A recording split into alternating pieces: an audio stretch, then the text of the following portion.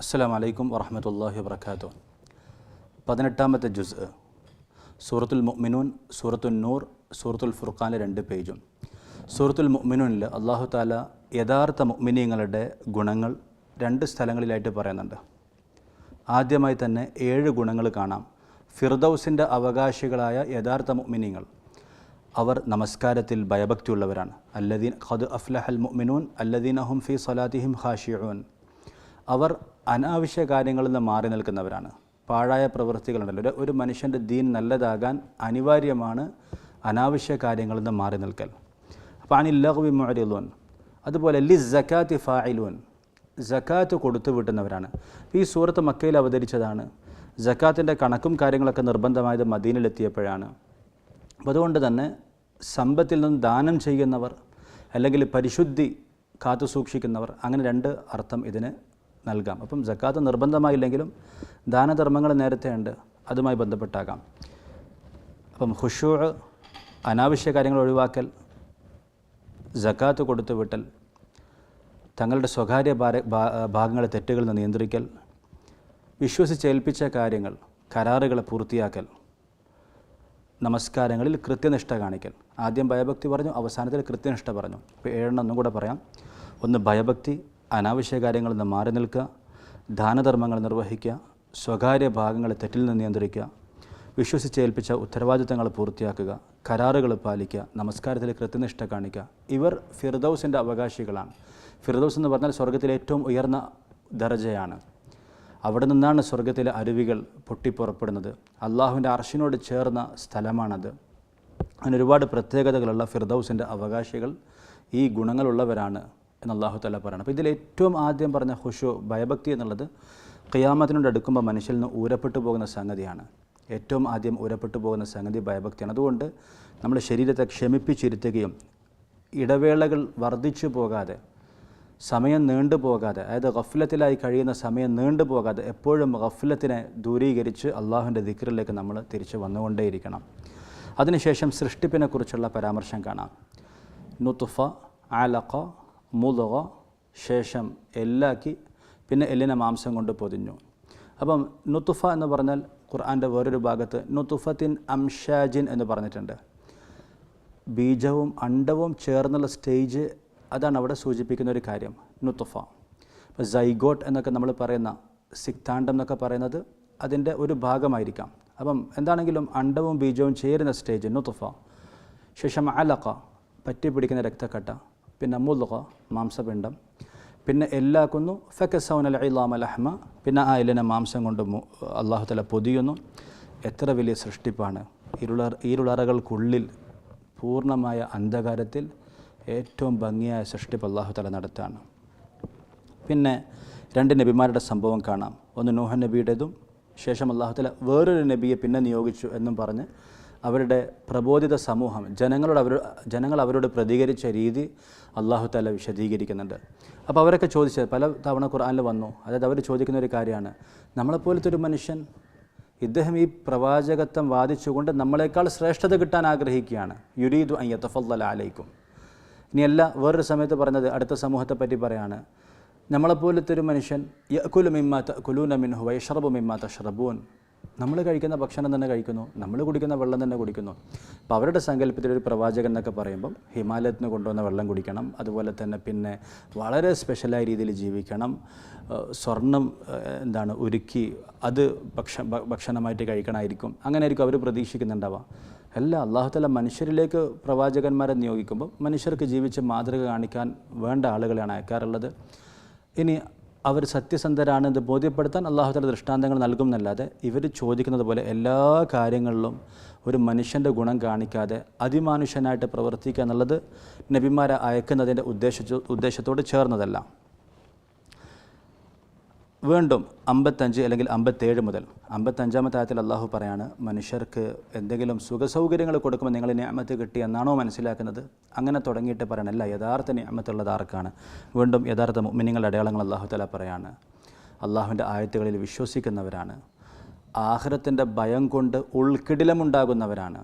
ഇത് നമ്മൾ പ്രത്യേകം മനസ്സിലാക്കേണ്ട ഒരു കാര്യമാണ്. പരലോകത്തിൻ്റെ ചിന്ത വന്നു കഴിഞ്ഞാൽ, എന്നല്ല, കുറച്ച് ജമാഅത്തിൽ കുറച്ച് ദിവസം പോയി, അല്ലെങ്കിൽ ഹിഫ്ലിന് പോയി, വളരെ എളുപ്പത്തിൽ തന്നെ ഒരു മനുഷ്യന് ചെറിയൊരു മാറ്റം വന്ന് തുടങ്ങുമ്പോൾ തന്നെ ആഖിറത്തെക്കുറിച്ച് ഓർത്ത് കരയാൻ പറ്റും. ആ സ്റ്റേജിലേക്ക് നമ്മളെത്തണം. പിന്നെ ആ അമല് വർദ്ധിപ്പിച്ചുകൊണ്ട് നമ്മളുടെ ദിക്ർ ദുആ വർദ്ധിപ്പിച്ചുകൊണ്ട് തേങ്ങി കരയുന്ന അല്ലെങ്കിൽ പൊട്ടിക്കരയുന്ന അവസ്ഥയിലേക്ക് എത്തണം. നബി സല്ലല്ലാഹു അലൈഹി വസല്ലമയുടെ കരച്ചിലിൻ്റെ അവസ്ഥ ചീനച്ചട്ടിയുടെ ശബ്ദം പോലെ കേൾക്കുമായിരുന്നു എന്നാണ്. അപ്പം അള്ളാഹുവിൻ്റെ ഭയം കൊണ്ട് വല്ലദീന ഹും മിൻ ഖശ്യത്തി റബ്ബിഹിം മുഷ്ഫിഖൂൻ, ഉൾക്കിടിലമുണ്ടാകുന്നവർ. പിന്നെ അവരുടെ ഒരു ഗുണം, അവരെന്തെങ്കിലും സൽക്കർമ്മങ്ങൾ ചെയ്യുമ്പോൾ പോലും അള്ളാഹുലേക്ക് മടങ്ങിച്ചെല്ലാനുണ്ട്, അതവൻ സ്വീകരിക്കുമോ ഇല്ലേ എന്ന് പേടിയുള്ളവരാണ്. അപ്പോൾ ഒരു സദഖ കൊടുക്കുമ്പോൾ പോലും ഈ മനുഷ്യൻ്റെ ആവശ്യം നടക്കുന്നതിനേക്കാൾ കൂടുതൽ അവർക്ക് പേടി നമ്മളുടെ ഒരു ആവശ്യമാണ് പൂർത്തിയാക്കുന്നത്, അള്ളാഹു ഇത് സ്വീകരിക്കുമോ ഇല്ലേ എന്ന പേടിയിൽ അവർ കൊടുക്കുന്നവരാണ്. അങ്ങനെയൊക്കെ പറഞ്ഞിട്ട് അള്ളാഹു പറയുന്നത് ഇവരാണ് യഥാർത്ഥ ഭാഗ്യവാന്മാർ, അതല്ലാതെ കുറച്ച് വസ്തുവകകൾ കിട്ടിയവരല്ല. ഇവരാണ് യഥാർത്ഥ ഭാഗ്യവാന്മാർ. ഇത് ആർക്കും എത്തിച്ചേരാവുന്ന കാര്യമാണെന്ന് അള്ളാഹു തആല സൂചിപ്പിച്ചുകൊണ്ട് പറയാണ്, നാം കർമ്മങ്ങളൊക്കെ രേഖപ്പെടുത്താൻ വലദൈന കിതാബ് യൻതിഖു ബിൽ ഹഖ്, കൃത്യമായ ഒരു രേഖ നമ്മൾ തയ്യാറാക്കിയിട്ട് പോലും മനുഷ്യൻ അശ്രദ്ധയിലാണ്. വലഹും അഅമാലു മിൻ ദൂനി ദാലിക ഹും ലഹ ആമിലൂൻ, അവർക്ക് വേറെന്തൊക്കെയോ ജോലികളുണ്ട്, വേറെന്തൊക്കെയോ തിരക്കുകളുണ്ട്, ഈ അടിസ്ഥാന കാര്യങ്ങൾ വിട്ട് അവരതിൽ വ്യാപൃതരായിരിക്കുന്നു എന്ന് അല്ലാഹു തആല സൂറത്തുൽ മുഅ്മിനൂനിൽ പറയുന്നുണ്ട്. വീണ്ടും ആഖിറത്തെക്കുറിച്ചുള്ള വിവരണം വരുന്നുണ്ട്. മനുഷ്യൻ ഹത്താ ഇദാ ജാഅ അഹദഹുമുൽ മൗതു ഖാല റബ്ബിർജിഊൻ, മനുഷ്യൻ പറയും റബ്ബേ എന്നെ ജീവിതത്തിലേക്കൊന്ന് തിരിച്ചു കൊണ്ടുവരണം. ഈ റമദാൻ കഴിഞ്ഞാൽ നമ്മൾ ആലോചിക്കും കുറച്ചും കൂടി നല്ലോണം ചെയ്യായിരുന്നു, കഴിഞ്ഞ റമദാനെ പറ്റി നമ്മൾ ആലോചിക്കും കുറച്ചും കൂടി ഉഷാറാക്കണമായിരുന്നു. അതല്ല, ഇപ്പോഴല്ലേ അതൊക്കെ ചെയ്യേണ്ടത്, അതല്ലാതെ മരണസമയത്തുള്ള വെപ്രാളല്ലല്ലോ കാണിക്കേണ്ടത്.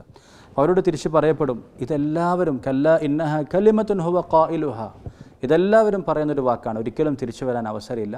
അതാദ്യമേ മനസ്സിലാക്കി സമയം ഉപയോഗപ്പെടുത്തലാണ് യഥാർത്ഥ മുഅ്മിനീങ്ങളുടെ അടയാളം. ഇങ്ങനെയുള്ള കാര്യങ്ങളാണ് സൂറത്തുൽ മുഅ്മിനൂനിൽ വിവരിക്കുന്നത്. ശേഷം സൂറത്തുൻ നൂറാണ്. വ്യഭിചാരത്തിൻ്റെ ശിക്ഷ, വ്യഭിചാര ആരോപണത്തിൻ്റെ ശിക്ഷ, അതുപോലെ തന്നെ പതിവൃതകളായ സ്ത്രീകളെപ്പറ്റി ആരോപണം പറയുന്നതിൻ്റെ ഗുരുതരമായ അവസ്ഥ, അതുമായി ബന്ധപ്പെട്ട് ആയിഷ റളിയല്ലാഹു അൻഹയുടെ സംഭവം, അതിൻ്റെ വിവരണവും, പിന്നെ അള്ളാഹുവിൻ്റെ ഹിദായത്ത്, അതുപോലെ മസ്ജിദുകൾ, ആ മസ്ജിദിലിരിക്കുന്ന ആളുകൾ, പിന്നെ വീട്ടിൽ പ്രവേശിക്കുമ്പം അനുവാദം ചോദിക്കുന്നത്, സലാം പറയുന്നത്, ഇതുമായി ബന്ധപ്പെട്ട മര്യാദകൾ, ഹിജാബിൻ്റെ നിയമം, ഹിജാബ് വീട്ടിലൊക്കെ പാലിക്കുന്നതിൻ്റെ നിയമം, ഇതെല്ലാം ഈ സൂറത്തിൽ വിശദീകരിക്കുന്നുണ്ട്. അതായത് ഒരുപാട് സാമൂഹിക മര്യാദകൾ വിവരിക്കുന്ന ഒരു സൂറത്താണ് സൂറത്തുൻ നൂർ. അതുകൊണ്ട് തന്നെ ആയിഷ റളിയല്ലാഹു അൻഹ പോലുള്ള പ്രമുഖരായ സഹാബികളും മറ്റും സൂറത്തുൻ നൂർ ശരിക്കും മനസ്സിലാക്കണം എന്ന് പ്രത്യേകം ഉണർത്തിയിരുന്നു. അപ്പോൾ ഏറ്റവും ആദ്യം വ്യഭിചാരത്തിൻ്റെ ശിക്ഷ പറയാണ്. വ്യഭിചരിക്കുന്ന പുരുഷൻ, സ്ത്രീ, അവർക്കുള്ള ശിക്ഷ 100 അടിയാണ്. ആ അടിക്ക് അങ്ങനെ ശിക്ഷ കൊടുക്കുമ്പം സത്യവിശ്വാസികൾ അവിടെ ഹാജരായിക്കൊള്ളട്ടെ. അഥവാ വെറുതെ ലോക്കപ്പിലിട്ട് അടിച്ചു തീർക്കാതെ ആളുകളുടെ മുമ്പിൽ ശിക്ഷ കൊടുത്താൽ ആ ശിക്ഷ കൊണ്ട് ഗുണമുണ്ട്, അതിന് കൃത്യമായ വ്യവസ്ഥയുണ്ട്. 4 സാക്ഷികൾ വേണം എന്ന് പറഞ്ഞല്ലോ. അപ്പോൾ ഒരിക്കലും ഒരാൾ 4 സാക്ഷികളെടുത്ത് പോയിട്ട് തെറ്റ് ചെയ്യൂല. എന്നാൽ ഇത്ര വലിയ ശിക്ഷ പറഞ്ഞിട്ടുണ്ട്, അതിന് വലിയ കടമ്പയും പറഞ്ഞിട്ടുണ്ട്. 4 സാക്ഷി വേണം എന്ന് പറഞ്ഞാൽ ഒരിക്കലും ആ 4 സാക്ഷിയെ വെച്ചുകൊണ്ട് ഈ പറയുന്ന തെറ്റ് ആരും ചെയ്യയില്ല, ആർക്കും അതങ്ങനെ കണ്ട് സാക്ഷി വന്ന് പറയാനും കഴിയില്ല. പിന്നെ എന്തിന് ഈ ശിക്ഷയൊക്കെ പറഞ്ഞു? ഇതിൻ്റെ ഗൗരവം ഉൾക്കൊള്ളാൻ വേണ്ടിയാണ്. നബി സല്ലല്ലാഹു അലൈഹി വസല്ലം ശിക്ഷ കൊടുത്ത സന്ദർഭങ്ങളൊക്കെ നമുക്ക് കാണാൻ സാധിക്കും. അവർ വന്ന് ആവശ്യപ്പെട്ടതാണ് പരലോകത്ത് ഇതിൻ്റെ പേരിൽ നടപടി ഉണ്ടാകാതിരിക്കാൻ. അവരുടെ ഈമാൻ്റെ ശക്തി കൊണ്ട് അത് ആവശ്യപ്പെട്ടതാണ്. അപ്പോൾ ഒരിക്കലും 4 ആൾ കാണുന്ന സ്ഥലത്ത് വന്ന് ആരും ഇതുപോലുള്ള പ്രവൃത്തികൾ ചെയ്യൂല.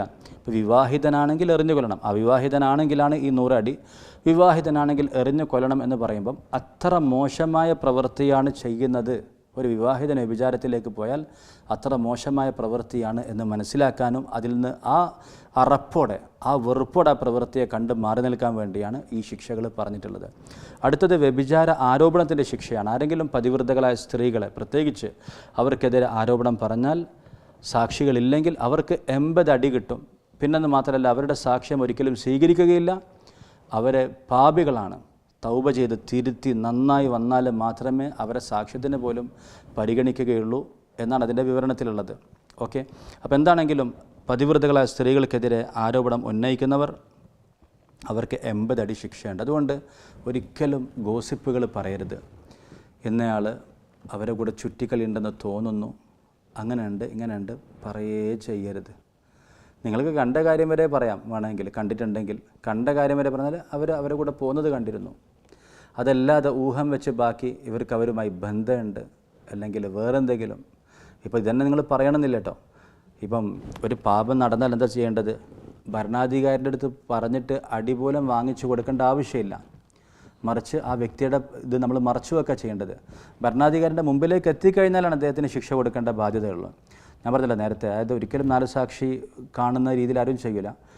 നബി സല്ലല്ലാഹു അലൈഹി വസല്ലമയുടെ കാലത്ത് നടന്നതൊക്കെ അവർ വന്ന് ആവശ്യപ്പെട്ടതാണ് ശിക്ഷ തരണം, പരലോകത്ത് അതിൻ്റെ പേരിൽ നടപടി ഉണ്ടാകാതിരിക്കാൻ വേണ്ടി. അപ്പോഴേക്കും നബി തങ്ങൾ മുഖം തിരിച്ച് കളഞ്ഞിട്ടുണ്ട്, കേൾക്കാത്തതുപോലെ ആക്കിയിട്ടുണ്ട്. 4 ഭാഗത്തു നിന്ന് വന്ന് പറഞ്ഞപ്പോഴാണ് അതിനെ 4 സാക്ഷിയാക്കി പരിഗണിച്ചുകൊണ്ട് അവർക്ക് ആ ശിക്ഷ കൊടുത്തത്. അപ്പോഴും ഒരു സ്ത്രീ ഗർഭിണിയായി വന്നപ്പോൾ തങ്ങൾ അവരെ പല പ്രാവശ്യം കേൾക്കാത്തതുപോലെ ആക്കി. അവർ 4 തവണ പറഞ്ഞപ്പം എങ്കിൽ പ്രസവം കഴിയട്ടെ, പ്രസവം കഴിഞ്ഞപ്പോൾ പാല് കൊടുക്കുന്നത് കഴിയട്ടെ, പരമാവധി താമസിപ്പിച്ചു.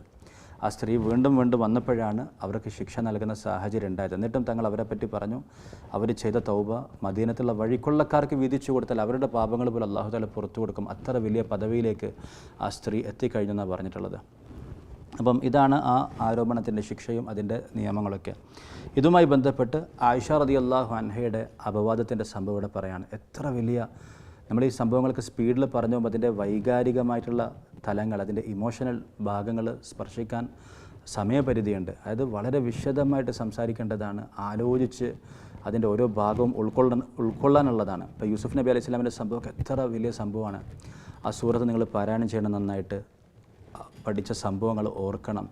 എന്നിട്ട് അതിൻ്റെ ആ വൈകാരിക തലം ഉൾക്കൊള്ളാൻ, അതിൻ്റെ ഈമാനിക പാഠങ്ങൾ ഉൾക്കൊള്ളാൻ ഓരോ ദുആക്കളൊക്കെ വരുന്ന സമയത്ത് അത് നിർത്തി ഓതി, സാധിക്കുമെങ്കിൽ കരച്ചിൽ വരാത്തവരുടെ മര്യാദ അവർ കരയുന്നത് പോലെ ആക്കണം എന്നാണ്. അങ്ങനെ അതിൻ്റെ വികാരം ഉൾക്കൊണ്ട് വേണം നമ്മൾ ഈ സംഭവങ്ങളൊക്കെ മനസ്സിലാക്കാൻ. അപ്പോൾ ആയിഷ റളിയല്ലാഹു സംഭവം ഞാൻ വേഗം പറഞ്ഞു പോവാണ്. നബി സല്ലല്ലാഹു അലൈഹി വസല്ലം സാധാരണ നറുക്കിട്ട് ഭാര്യമാരെ യാത്രയിൽ കൊണ്ടുപോകാറുണ്ട്. അപ്പോൾ ഒരിക്കൽ ആയിഷ റളിയല്ലാഹുവിൻ്റെ അവസരമായിരുന്നു. തിരിച്ചു വരുന്ന സമയത്ത് അവർ പ്രാഥമിക ആവശ്യം നിർവഹിക്കാൻ വേണ്ടി പോയി തിരിച്ചു വന്നപ്പോഴാണ് അവർ പറയുന്നത്, ഞാനിങ്ങനെ നോക്കിയപ്പോൾ എൻ്റെ മാല കാണുന്നില്ല. ഞാൻ വീണ്ടും പോയി. അപ്പം ഞാൻ വന്നു എന്ന ധാരണയിൽ, അന്ന് ഹിജാബ് ഇറങ്ങിയതിന് ശേഷമാണെന്ന് അവർ പ്രത്യേകം പരാമർശിക്കുന്നുണ്ട്. അപ്പം കർട്ടനൊക്കെ ഇട്ടിട്ടുണ്ട് ഒട്ടക കട്ടിൻ്റെ പുറകിൽ. അപ്പം ഞാൻ കയറി എന്ന ധാരണയിൽ, അധികം ഭാരമില്ലാത്ത സ്ത്രീയായിരുന്നു, എന്നല്ല ചെറിയ പ്രായത്തിലായിരുന്നു അവരുണ്ടായിരുന്നത്. അപ്പം അവർ കയറി എന്ന ധാരണയിൽ അവർ വാഹനം മുമ്പോട്ട് കൊണ്ടുപോയി. അപ്പോൾ ഇവർ തിരിച്ചു വന്നു. മാല കളഞ്ഞു പോയതുകൊണ്ടാണ് പോയത്.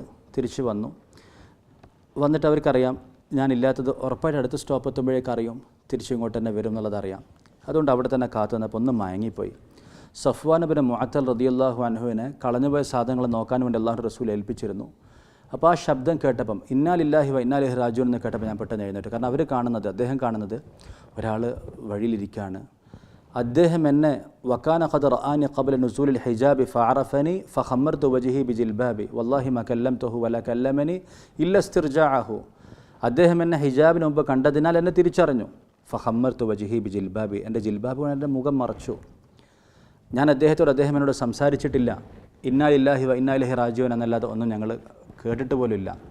അങ്ങനെ അത് കൊണ്ടാക്കിയ സമയത്ത് ആളുകൾ, ചിലർ മുനാഫിക്കുകളാണ്, അവർ പേരെടുത്ത് പറയുന്നത് അബ്ദുല്ലാഹി ബിൻ ഉബയ്യ് ബിൻ സലൂൽ ആരോപണം ഉണ്ടാക്കി വിട്ടു.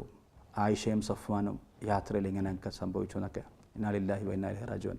ആയിഷ റളിയല്ലാഹു അൻഹ അറിയുന്നത് പോലും കുറച്ച് താമസിച്ചാണ് സത്യം പറഞ്ഞാൽ. അവർക്ക് സുഖമില്ലാതിരുന്ന സമയത്ത് നബി സല്ലല്ലാഹു അലൈഹി വസല്ലം സാധാരണ കാണിക്കുന്ന ഒരു അടുപ്പവും സ്നേഹവും കാണിക്കാത്തതുപോലെ അവർക്ക് അനുഭവപ്പെട്ടു. അപ്പം ഖിദ്മത്തിനൊക്കെ വേണ്ടി കൂടെ ഉണ്ടായിരുന്ന സ്ത്രീ പറഞ്ഞു കൊടുത്തു, ഇങ്ങനെയൊക്കെ ഒരു സംഭവം നടക്കുന്നുണ്ട് പുറത്ത്. അപ്പോഴാണ് ആയിഷ റളിയല്ലാഹു അൻഹ ഇത് അറിയുന്നത് തന്നെ. അവരെന്നെ പറയുന്നൊരു സാഹചര്യം ഉണ്ടായപ്പോഴാണ് പറഞ്ഞത്. ഒരുപാട് കരഞ്ഞ് അള്ളാഹുവിൻ്റെ റസൂൽ ഇവർക്കിത് അറിഞ്ഞു എന്നറിഞ്ഞപ്പം, മനസ്സിലായപ്പം, നബി സല്ലല്ലാഹു അലൈഹി വസല്ലമയെ സംബന്ധിച്ച് തങ്ങൾ നേതാവാണ്, ഒരു വ്യക്തിയല്ല, അള്ളാഹുവിൻ്റെ റസൂലാണ്. അപ്പോൾ ഇതുപോലത്തെ കാര്യങ്ങളിൽ മറ്റുള്ളവരെക്കാൾ ഉയർന്ന രീതിയിൽ തീരുമാനമെടുക്കുകയും പ്രവർത്തിക്കുകയൊക്കെ ചെയ്യേണ്ടി വരും. അപ്പം ഇതിൻ്റെ വഹി എന്താണ്, ഇതിൻ്റെ തീരുമാനം അറിയാൻ തങ്ങൾ കാത്തു നിൽക്കുകയാണ്. ഒരു കാര്യം തെളിയാൻ വേണ്ടി കാത്തു നിൽക്കുകയാണ്. നബി സല്ലല്ലാഹു അലൈഹി വസല്ലം ഒരു സാധാരണ വ്യക്തിയല്ല, വളരെ ഉത്തരവാദിത്വം കാണിക്കേണ്ട നേതാവും റസൂലുമാണ്. അപ്പം നബി സല്ലല്ലാഹു അലൈഹി വസല്ലം ആയിഷ റളിയല്ലാഹു പറഞ്ഞു, എന്തെങ്കിലും തെറ്റ് ചെയ്തിട്ടുണ്ടെങ്കിൽ തൗബ ചെയ്യണം, ഇല്ലെങ്കിൽ അല്ലാഹു തആല നിരപരാധിത്വം തെളിയിക്കും. ഇതുകൂടെ കേട്ടപ്പോൾ അവർക്കൊന്നും കൂടെ പ്രയാസമായി. ഞാൻ കരഞ്ഞതിന് കണക്കില്ലെന്നാണ് ആയിഷ റളിയല്ലാഹു അൻഹ പറയുന്നത്. അപ്പോൾ എന്താണെങ്കിലും അവർ പറയുകയാണ്, എനിക്ക് ഉറപ്പാണ് അള്ളാഹുവിൻ്റെ നിരപരാധിത്വം തെളിയിക്കും. പക്ഷെ അതൊരിക്കലും ഖുർആനിൽ ഒരു ആയത്ത് അവതരിപ്പിച്ചായിരിക്കും എന്ന് ഞാൻ ഒരിക്കലും പ്രതീക്ഷിച്ചില്ല. അള്ളാഹുവിൻ്റെ റസൂലിനെ അറിയിച്ചു കൊടുക്കുമായിരിക്കും, അല്ലെങ്കിൽ വേറെന്തെങ്കിലും ഒരു തെളിവിലൂടെ മറ്റു കാര്യങ്ങളിൽ അള്ളാഹുവിൻ്റെ നിരപരാധിത്വം തെളിയിക്കുമെന്നല്ലാതെ ഖുർആനിൽ ആയത്തിറക്കിയിട്ട് എൻ്റെ നിരപരാധിത്വം അള്ളാഹു തെളിയിക്കും എന്ന് ഞാൻ അത്ര വലുതായിട്ട് എൻ്റെ സംഭവത്തെ കണ്ടില്ല. അള്ളാഹു ഖുർആനിൽ ആയത്തിറക്കി 10 മുതൽ 20 വരെ അല്ലെങ്കിൽ 30 വരെ എന്ന് വേണമെങ്കിൽ പറയാം, അനുബന്ധ കാര്യങ്ങളൊക്കെ കൂട്ടിക്കൊണ്ട് 10 മുതൽ 20 വരെയുള്ള ആയത്തുകൾ കൃത്യമായി ഈ വിഷയത്തെ നേരിട്ട് ഡയറക്റ്റ് പരാമർശിക്കുന്ന രീതിയിൽ ആരാണോ അപവാദം കൊണ്ടുവന്നത് അവർ നിങ്ങളിൽ തന്നെയുള്ളൊരു സംഘമാണ്, അവരെ ഈ സംഭവം കൊണ്ട് നിങ്ങൾക്ക് ഒരുപാട് ഹൈറുകളുണ്ടാകും. കാരണം ഇത് എത്ര വലിയ ഗൗരവമുള്ള കാര്യമാണെന്നും ഇനി മേലിൽ ഇങ്ങനെ പറയരുതെന്നും ഇത്തരമൊരു സാഹചര്യം വന്നാൽ എങ്ങനെ പെരുമാറണം എന്നുള്ളതൊക്കെ അള്ളാഹുവിലൂടെ പഠിപ്പിച്ചു തരാണ്. നിങ്ങൾ നല്ലത് ചിന്തിക്കണമായിരുന്നു, നിങ്ങളെപ്പറ്റി നിങ്ങൾ നല്ലത് പറയണമായിരുന്നു. എങ്ങനെയാണ് നിങ്ങളിത് വായിക്കൊണ്ട് നിങ്ങൾക്കിത് പറയാൻ സാധിച്ചത്? എത്ര ഗൗരവമുള്ള കാര്യമാണ്. നേരത്തെ ഒരു തീരുമാനമുള്ള വിഷയമായിരുന്നെങ്കിൽ നിങ്ങളെ കഠിനമായ ശിക്ഷ ഈ വിഷയത്തിൽ ബാധിക്കുമായിരുന്നു. നേരത്തെ മുന്നറിയിപ്പ് നൽകാത്തത് കൊണ്ട് അള്ളാഹു തആല വെറുതെ വിട്ടു. അപ്പം ഒരിക്കലും ഇങ്ങനെ പറയരുതെന്നും ഇത് സുബ്ഹാനക ഹാദാ ബുഹ്താനുൻ അലീം എന്നാണ് നിങ്ങൾ പറയേണ്ടത് എന്നൊക്കെ ഉണർത്താണ്. അറിയാതെ 2-3 സഹാബികൾ ഇത് ഏറ്റെടുത്തു പോയി. അവർക്ക് അവരുടെ പ്രവൃത്തിക്കുള്ള അതിനുള്ള ശിക്ഷകൾ കിട്ടി. എന്താണെങ്കിലും അലി റളിയല്ലാഹു അൻഹു നബി സല്ലല്ലാഹു അലൈഹി വസല്ലം പല സഹാബികളുടെ മശൂറ ചെയ്യുന്ന കൂട്ടത്തിൽ അലി റളിയല്ലാഹു അൻഹു ഒരു അഭിപ്രായം പറഞ്ഞു. ആ അഭിപ്രായം പറഞ്ഞത് നബി തങ്ങളുടെ ഭാഗത്ത് നിൽക്കുന്ന രീതിയിൽ അല്ലെങ്കിൽ ഒരു ന്യൂട്രലായി നിൽക്കുന്ന രീതിയിൽ പൂർണ്ണമായിട്ടും ആയിഷ റളിയല്ലാഹു അൻഹയിൽ വിശ്വാസം അർപ്പിച്ച് ഏകപക്ഷീയമായിട്ട് അവർക്ക് സപ്പോർട്ട് കൊടുക്കുന്നതിന് പകരം ഇൻഷാ അല്ലാഹ് പരിഹാരം കിട്ടും, വേറെയും സ്ത്രീകളുണ്ടല്ലോ വിവാഹം ചെയ്യാൻ എന്ന രീതിയിലുള്ള അഭിപ്രായം പറഞ്ഞു. ആയിഷ റളിയല്ലാഹു അൻഹയ്ക്ക് സ്ത്രീ സഹജമായിട്ട് മനുഷ്യ സഹജമായിട്ട് ഇങ്ങനൊരു അഭിപ്രായം പറഞ്ഞതിൻ്റെ പേരിൽ, അതായത് പൂർണ്ണമായ ഏകപക്ഷീയമായ സപ്പോർട്ട് ആയിഷ റളിയല്ലാഹു അൻഹ നൽകിക്കൊണ്ട് സംസാരിക്കാതെ ഒരു ന്യൂട്രൽ സ്റ്റാൻഡ് എടുത്തതിൻ്റെ പേരിൽ, അല്ലെങ്കിൽ അങ്ങേക്ക് അല്ലാഹു തആല വേറെ വഴികൾ കാണിച്ചു തരുമെന്നൊക്കെ പറഞ്ഞതിൻ്റെ പേരിൽ ഒരു ഇഷ്ടക്കുറവ് അലി റളിയല്ലാഹു അൻഹുവിനോട് ഉണ്ടായിരുന്നു. അപ്പോൾ ഞാനിത് സംഭവത്തിൻ്റെ ഭാഗമായിട്ടും പിന്നെ വേറൊരു കാര്യം കൂടെ മനസ്സിലാക്കാൻ വേണ്ടി പറയാണ്. അതുകൊണ്ട് തന്നെ പിൽക്കാലത്ത് അലി റളിയല്ലാഹുവിൻ്റെ പേര് പറയേണ്ട സാഹചര്യമൊക്കെ വരുമ്പം ആയിഷ റളിയല്ലാഹു അൻഹ ഒരാളെന്നേ പറയാറുള്ളൂ. ഇപ്പോൾ ഉദാഹരണത്തിന് 3 പേര് വന്നു, 2 പേര് പറയും, കൂടെ ഒരാളും കൂടെ ഉണ്ടായിരുന്നു. അലി റളിയല്ലാഹുവിൻ്റെ പേര് പറയാൻ അവർ ഇഷ്ടക്കുറവ് കാണിച്ചിരുന്നു. വളരെ നിർണായക ഘട്ടത്തിൽ അള്ളാഹുവിൻ്റെ റസൂൽ അഭിപ്രായം ചോദിച്ചപ്പം അവരെ പൂർണ്ണമായി സപ്പോർട്ട് ചെയ്തുകൊണ്ടുള്ള അഭിപ്രായം പറയാത്തത് കൊണ്ട്. അപ്പോൾ ഇത് മനുഷ്യ സഹജമായ സ്ത്രീ സഹജമായ ഒരു കാര്യമായിട്ട് നമ്മളതിനെ മനസ്സിലാക്കുന്നു. എന്നാൽ ഇതുപോലെ ഏതൊക്കെ സംഭവങ്ങൾ സീറത്തിലുണ്ടോ, ഏതൊക്കെ സംഭവങ്ങൾ ഇതുപോലത്തത് സീറത്തിലുണ്ടോ ഷിയാക്കൾ അതിനെടുക്കും. എന്നിട്ട് പറയും ആയിഷ റളിയല്ലാഹു അലി റളിയല്ലാഹു തമ്മിൽ പ്രശ്നമായിരുന്നു.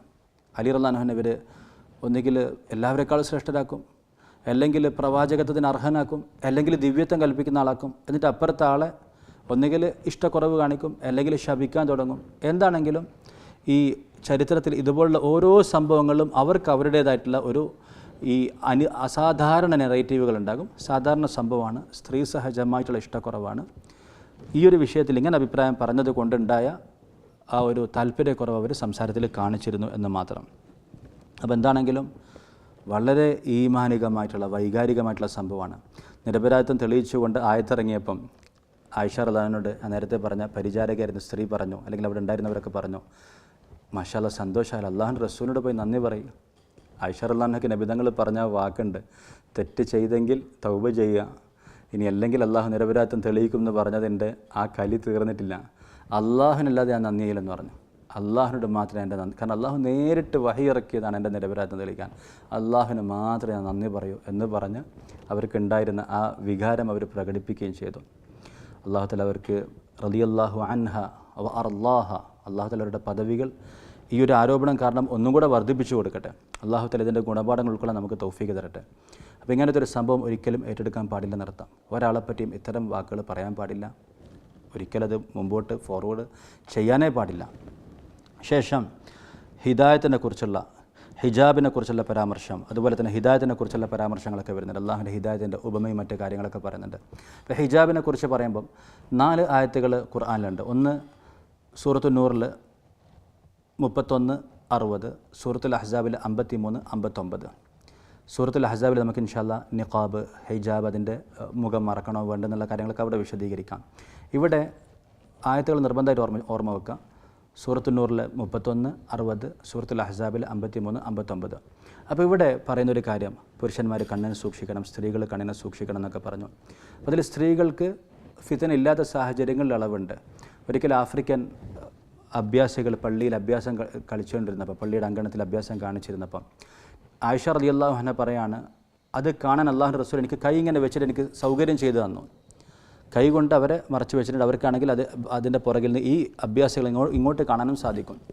അപ്പോൾ ഈ അഭ്യാസങ്ങളൊക്കെ കാണാൻ അല്ലാണ്ട് റസൂൽ സൗകര്യം ചെയ്തു കൊടുത്തെന്ന് പറയുമ്പോൾ ചിലർ പറയും അത് പ്രായപൂർത്തിക്ക് മുമ്പായിരുന്നു. പ്രായപൂർത്തിക്ക് മുമ്പ് എങ്ങനെ നബിതങ്ങളുടെ കൂടെ താമസിക്കുക? പ്രായപൂർത്തിക്ക് ശേഷമാണ് ഒരുമിച്ച് താമസിക്കാൻ തുടങ്ങിയിട്ടുള്ളത്.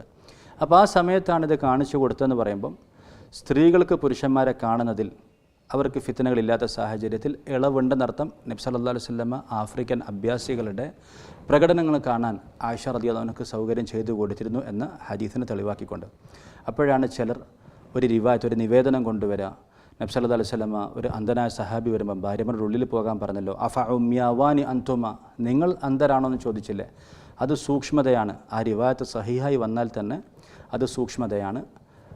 അതിൻ്റെ നിയമം പറയുകയാണെങ്കിൽ ഇളവുള്ള ഭാഗവും കൂടെ ഉണ്ട്. നബി സല്ലല്ലാഹു അലൈഹി വസല്ലം ആയിഷ റളിയല്ലാഹു അൻഹയ്ക്ക് ആഫ്രിക്കൻ അഭ്യാസികളുടെ പ്രകടനങ്ങൾ കാണാൻ സൗകര്യം ചെയ്തു കൊടുത്തിട്ടുണ്ട്. അപ്പം ഇനി ഇവിടെ ഈ 31-ാമത്തെ ആയത്തിൽ പറയുന്ന ഒരു സംഗതി, വല്യദ്രിബിന ബിഹുമുരിഹിന്ന അലാ ജുയൂബിഹിന്ന, അവരവരുടെ മുഖമക്കനകളെ കുപ്പായ മാറുകൾക്ക് മീതെ താഴ്ത്തിയിട്ട് കൊള്ളട്ടെ. അപ്പം മുഖമക്കനകളെ കുപ്പായ മാറുകളിലേക്ക് താഴ്ത്തിയിടാൻ പറഞ്ഞു. കുപ്പായ മാറെന്ന് പറഞ്ഞാൽ ബട്ടനൊക്കെ ഇടുന്ന ഭാഗത്തിനാണ് കുപ്പായ മാറെന്ന് പറയാം. ഈ നെഞ്ചിൻ്റെ ഭാഗത്തിനാണ് പറയാം. അപ്പോൾ മുഖമക്കനകൾ എങ്ങനെ അതിലേക്ക് താഴ്ത്തിയിടും? അപ്പോൾ അത് മുകളിൽ നിന്നേ മുഖമടക്കം മറച്ചുകൊണ്ട് ഇടാനാണോ എല്ലാം എന്നുള്ളത് നമുക്കവിടെ മാറ്റി വെക്കാം. എന്താണെങ്കിലും കുപ്പായ മാറുകൾക്ക് മീതെ ഇടണമെന്ന് പറഞ്ഞാൽ പർദ്ദയുടെ ഒരു വസ്ത്രത്തിന് പുറമെ ഒരു ലെയർ കൊണ്ട് കൂടെ ആ ഭാഗം മറക്കണം എന്നർത്ഥം. അതായത് കുറച്ചധികം മറക്കേണ്ട ഭാഗമായതുകൊണ്ട് വല്യദ്രിബിന ബിഹുമുരിഹിന്ന അലാ ജുയൂബിഹിന്ന, സാധാരണ കയ്യിലും കാലിലൊക്കെ ഒരു ലെയർ ഡ്രസ്സ് ഉണ്ട്.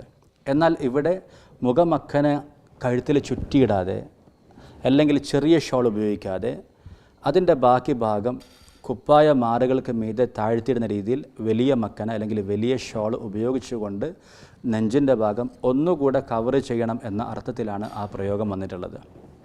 ഓക്കെ, അത് പ്രത്യേകം ശ്രദ്ധിക്കുക. പർദ്ദയിൽ പ്രത്യേക ഒരു നിയമത്തിനാണ്. മുഖം മറക്കണോ വേണമെന്നുള്ള വിഷയം നമ്മളിവിടെ പറയുന്നേ ഇല്ല. ഇപ്പം അത് നമുക്ക് അഹ്സാബിൽ ഇൻഷാ അല്ലാഹ് പറയാം. കുപ്പായ മാറുകൾക്ക് മീതെ തുണിയുടെ ലെയർ താഴ്ത്തിയിടുന്ന കാര്യം പ്രത്യേകം ശ്രദ്ധിക്കണം. അതുപോലെ ഹിദായത്തിനെ കുറിച്ച് പറയുമ്പം അല്ലാഹു തആല അറിയിച്ചൊരു സംഗതിയാണ് ആകാശഭൂമികളെ പ്രകാശിപ്പിക്കുന്നവൻ. എന്നിട്ട് ആ പ്രകാശത്തിൻ്റെ ഉപമ അല്ലാഹു പറയാണ്, മുഅ്മിനിൻ്റെ ഹൃദയം നൈസർഗികമായി തന്നെ ഉയർന്ന ഗുണമുള്ളതാണ്. അപ്പം പ്രകാശിക്കുന്ന, അതായത് തിളക്കമുള്ള എണ്ണയിൽ അതിൽ തീ കത്തിച്ചു, അപ്പോൾ അതിന് വെളിച്ചം കിട്ടി. അത് സ്ഫടികത്തിൻ്റെ വിളക്കുമാടത്തിലാണുള്ളത്. അപ്പം ഗ്ലാസ്സാണ്, എണ്ണ തന്നെ തിളക്കുള്ളതാണ്.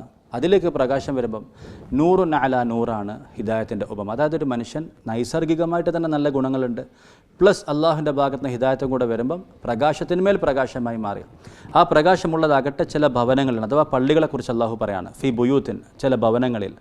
ആ ഭവനങ്ങളെ ആദരിക്കണമെന്ന് അള്ളാഹു കൽപ്പിച്ചിരിക്കുന്നു എന്ന് പറഞ്ഞതിന് ശേഷം പറയാണ്, പ്രഭാതത്തിലും പ്രദോഷത്തിലും അള്ളാഹുവിനെ ഓർക്കുന്ന തസ്ബീഹ് ചെയ്യുന്ന ആണുങ്ങൾ അവിടെയുണ്ട്. അവരുടെ കച്ചവടങ്ങളോ വലിയ വലിയ വ്യാപാരങ്ങളോ ഒന്നും അവരെ അള്ളാഹുവിൻ്റെ സ്മരണയിൽ നിന്നും വിസ്മൃതിയിലാക്കുന്നില്ല.